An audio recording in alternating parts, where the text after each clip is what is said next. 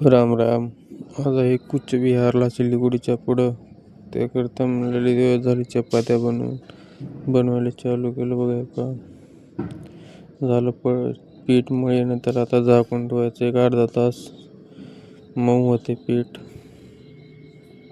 झाकून ठेवलं पीठ. आता लागायचं आता भाजी बनवायला. आता तडका मारायचा आहे भाजीला मसूरच्या, आणि मध्ये मेथी टाकले. असं एक नंबर केलं होतं. तर आता मसाले टाकायचं नाही का. झाले आता तेल कडनं तेल पाणी टाकायचं थोडी, टाकून द्यायचं तेलामध्ये. त्यामध्ये मसाले तेल टाकलं आहे. टाकणं झालं भाजी.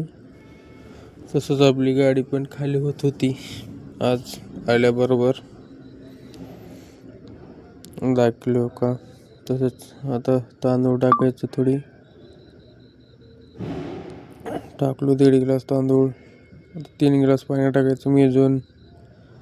झालं तांदूळ पण शिजणं. तर चपात्या करायची तयारी आहे.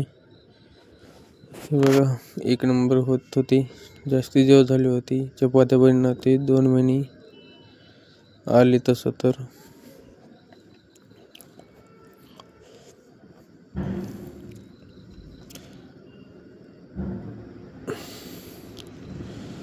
झालं आपली चपात्या बनणं. आता चला आपण जेवण करायला. आता हे बघा आपली भाजी लाल भडक उगा.